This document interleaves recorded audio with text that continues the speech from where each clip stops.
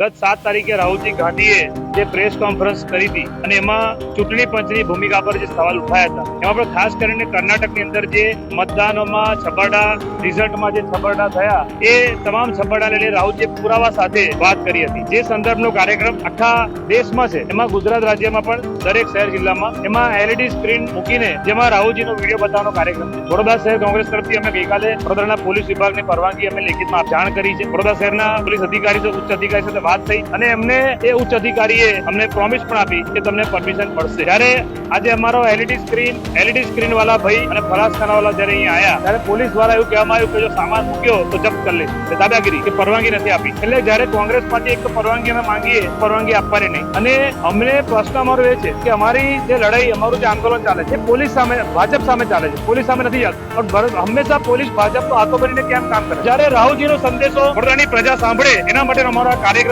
લોકશાહી ઢબેનો કાર્યક્રમ. કોઈ પણ જાતની વડોદરાની પ્રજાને અહીંયા કોઈ ટ્રાફિક જામ નહીં, કોઈને કનડગત નહીં. લો એન્ડ ઓર્ડર પણ અમે એકદમ કાયદાનું પાલન કરી રહ્યા છે. કોઈ પણ જાતનો કાયદાનો ભંગ થતો નથી. તે છતાં આ પોલીસ એ કોંગ્રેસના કાર્યક્રમની પરવાનગી આપી નથી રહી. જે બાબતે અમે અહીંયા ઉભા છે.